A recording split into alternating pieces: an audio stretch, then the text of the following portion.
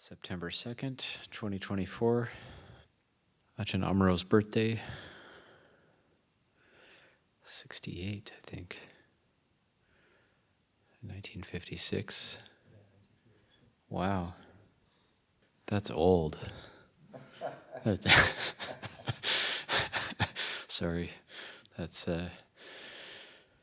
I guess it depends on, it's all a matter of perspective. So I was pondering just after the precepts what to talk about for tonight, and the idea came up that it's quite fascinating that we actually want to listen to Dhamma talks, and we come to listen to people give Dhamma talks, monastics give Dhamma talks, and it's not the same as, say, going to a concert or going to some sort of show, because sometimes the Dhamma talks might be quite boring, but we still get drawn to listen to them. And, if we go to listen to some music, and it might be very moving, we go to listen to a Dhamma talk, it may not be very moving or scintillating, but it could be of benefit. So if we see benefit from it, then we keep coming. As Luang Por Chah said, if the soup is good, people find out. So then we find that actually coming and listening to Dhamma talks is more beneficial than, say, going to a concert. Or that's, for some of us anyway. And so how we listen, we can look at our intention in how we listen to a talk, and then look at what kind of benefit do we gain from it. And so hopefully we do gain some benefit from these Dhamma talks. And I've actually met people who have become addicted to listening to Dhamma talks, and listen to Dhamma talks 4, 5, 6 hours a day, even 8 hours a day. I talked to one guy who listens to Dhamma talks 8 hours, solid, just nonstop through the whole day. Well, he's at work, actually. I won't say who. I can't remember who it is, so I won't. Apparently their work, they were able to listen to Dhamma talks, and it didn't interfere with their work life. So we can actually get addicted to listening to Dhamma talks if we gain some benefit from them. And it's kind of a similar reflection, what keeps us practicing? Why do we stick with it? Why do we stick with it for so long? And it's a kind of a curious reflection for me, because when I think back to when I was newly ordained, we would maybe go and pay respects to different teachers. We'd go to Wat Buddhanasan and pay respects to Longpa Mahaprasert, or we would have visiting teachers here and we'd pay respects to them, and we would have the daily grind, the morning puja, the work period. And I look at the way I related to it.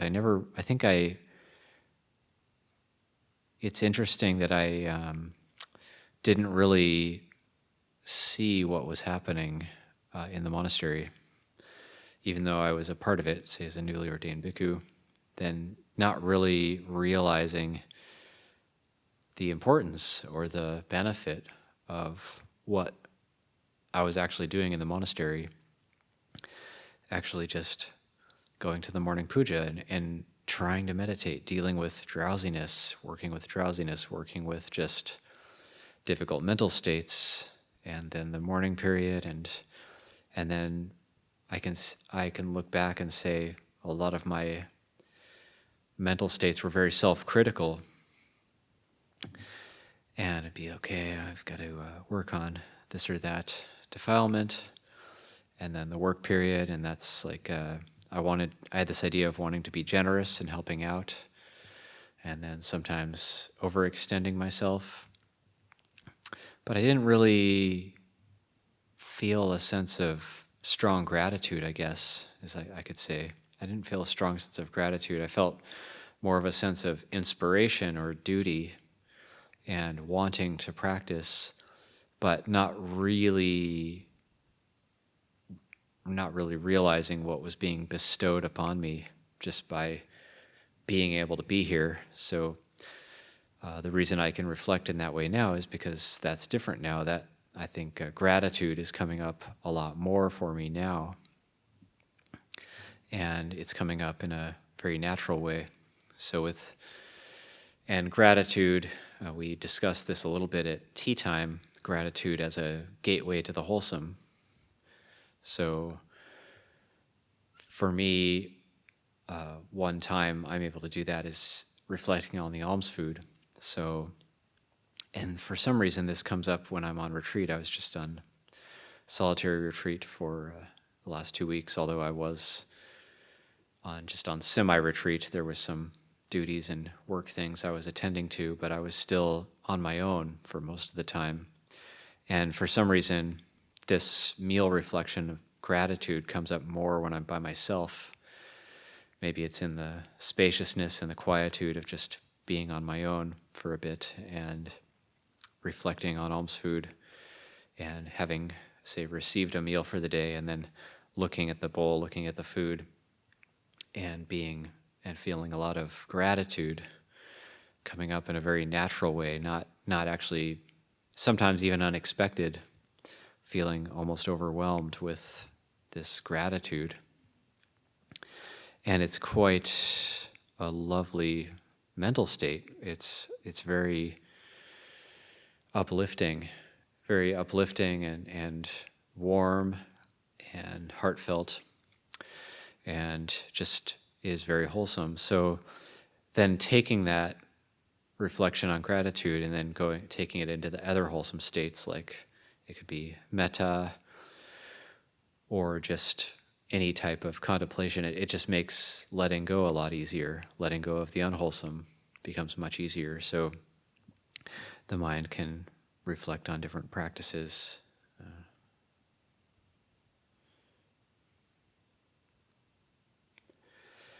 And then that extends to just a reflection on just being surrounded by generosity in general. So actually, I can reflect on these robes that were made for me by my fellow monastics, my companions in the holy life.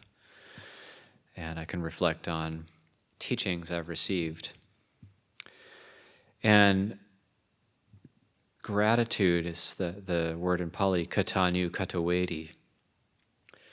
And I like to reflect on that word in that it has the word kata in it, which means to do. So gratitude has a sense of action or wanting to give back. And I've heard it said that the difference between appreciation and gratitude is that appreciation is a thought of thankfulness. Gratitude is an impulse to want to give back. So there's this sense of having a debt of gratitude. And so sometimes, even with, say, giving talks, giving teachings, then I can see that now the intention behind giving a teaching is actually more out of gratitude or a sense of wanting to give back. Whereas, earlier on, getting asked to give Dhamma talks, or say, being over 10 vasas, getting called Ajahn, and sometimes giving talks is more out of a sense of duty. And at this point, there's a sense of actually wanting to give back, a sense of gratitude, and also even wanting to share some of that. And I believe this is in line with the suttas, where the Buddha said to be open-handed with the Dhamma, and that stinginess with the Dhamma, if one has some experience of wholesome mental states, or if somebody has has even something to share, then to share that if it'll be of benefit.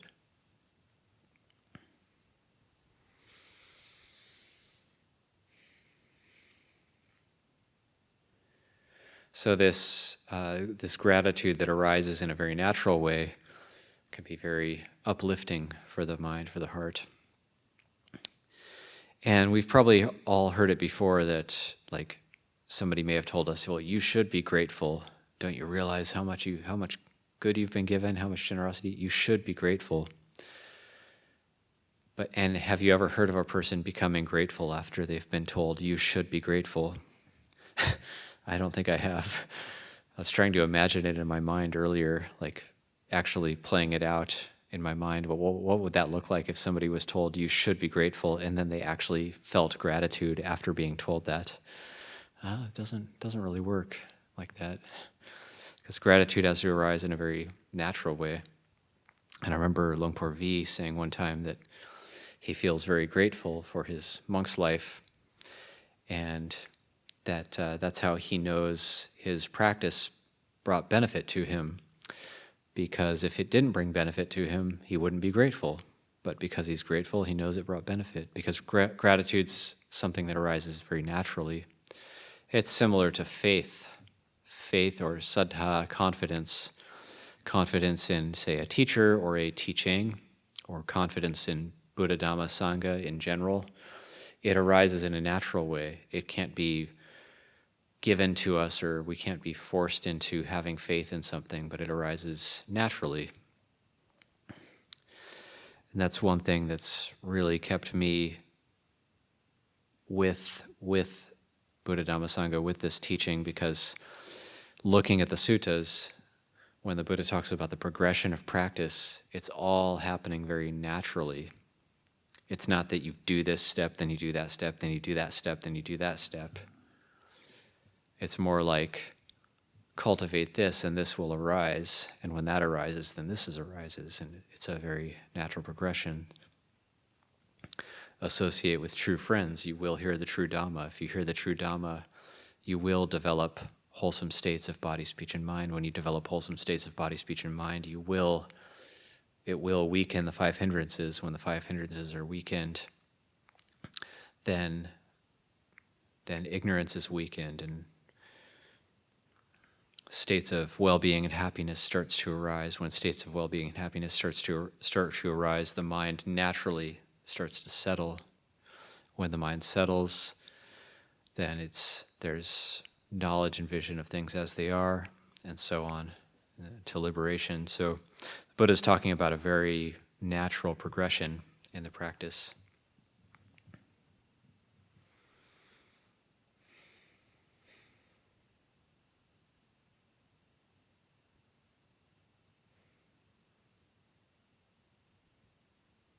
And you could also say that the Buddha, as a person who lived over 2,500 years ago, was a true natural man, was somebody who was a natural human being who was living in line with natural truth, with Dhamma. The Buddha was born in a forest, gained enlightenment under a Bodhi tree in a forest, passed away laying down at the foot of two sal trees in a forest. So a lot of the Buddha's life was actually lived out in nature, outside. So one thing that's given me a lot of confidence in the forest monks, in the Krupa Ajahns, is that emphasis on the forest, on being outside. There's the story of Luangpur Cha being taken to IMS and wanting to stop on the side of the highway and just going into the forest. He was interested in seeing the forest. Or Luangpa Liam here at Abhayagiri, visiting and staying in the elder's cabin at the end of the road. But he would sit outside and just watch the animals in the forest. He was putting out water for the squirrels. I remember one afternoon, we said, one of us asked Luang Por Liam, "Oh, how's your stay, or how's your afternoon? How's it going up at the kuti?" And he said, "Yeah, a squirrel came by at 2 p.m." That was his answer.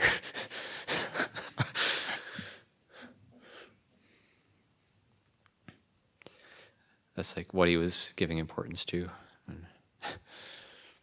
So yeah, that with that theme, it's I guess it's worth mentioning that tomorrow morning there's going to be a group of us doing our annual wilderness expedition to Yosemite, our wilderness trip, where we learn about the wilderness, learn from the wilderness, gain experience in being able to wander into very remote places and meditate in remote places, and sometimes go for walks as a group.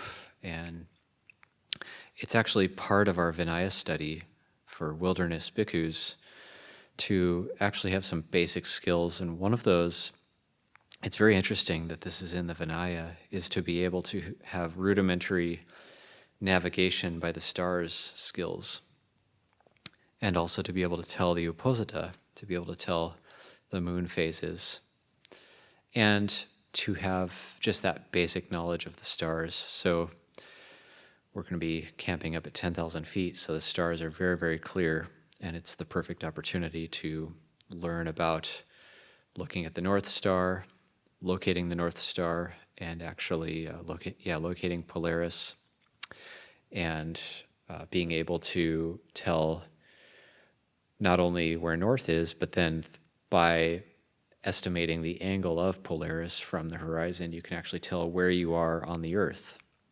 You can tell which parallel you're at on the Earth.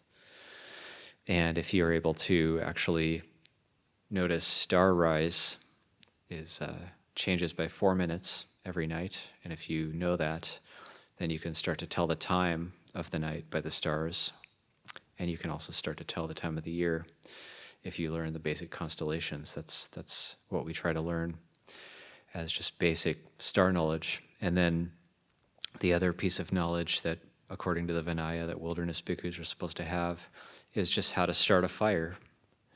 So starting a fire, it's easy to start a fire these days.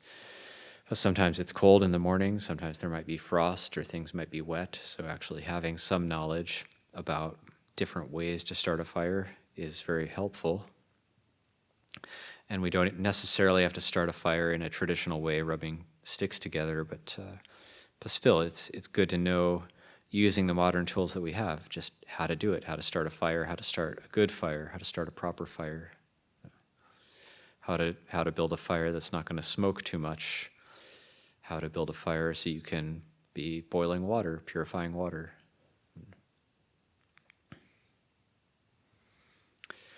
Also, we are supposed to learn how to filter water. One of the bhikkhu's 8 basic requisites is a water filter.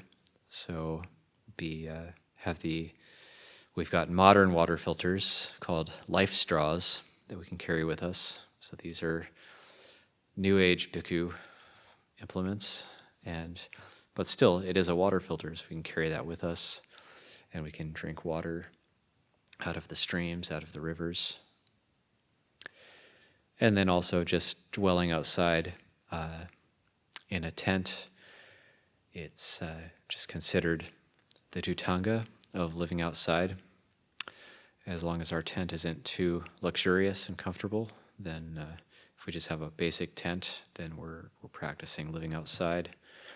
We're up against the elements. If it gets cold, we need to learn how to stay warm, and just seeing what the mind does when we're outside. I find actually living and practicing outside is a different experience than living in a kuti. It has an effect on the mind. It can be difficult, but it can also have a refreshing or a vitalizing effect on the mind. So I do appreciate that these things are actually in the Vinaya, so that we can make this into a Vinaya study. Other things that aren't necessarily in the Vinaya that we plan to do on these types of trips is, say, basic knowledge of knots, which is also a good wilderness bhikkhu skill, just having some knowledge of how to string a line, how to hang up your robes, and how to use rope in various ways. And there might be, in the rare event that there might be a need for some sort of a rescue, it's good to know some different knots on ropes, or we carry a rope with us if we're going on a hike up a mountainside. So that's also something that I look forward to re-upping my knowledge with. It's always good to be reminded of these things. So these are just practical skills of living outside, and there's also practical samana skills of living outside, the way we meditate outside, the direction we face, and so on. Knowing that the sun rises in the east and sets in the west. These are just basic things. Knowing that the moon rises in the east and sets in the west, it follows that same track. And knowing that all the stars circle counterclockwise around Polaris. And just gaining basic knowledge of our surroundings, of the earth and the sky, heaven and earth, basic knowledge of heaven and earth, these things that surround us that we're really a part of. These samana knowledges, the Buddha sitting at the Bodhi tree, it's in the Vinaya that when you sit at the foot of a tree, you're supposed to choose a tree that won't be dropping sap on you.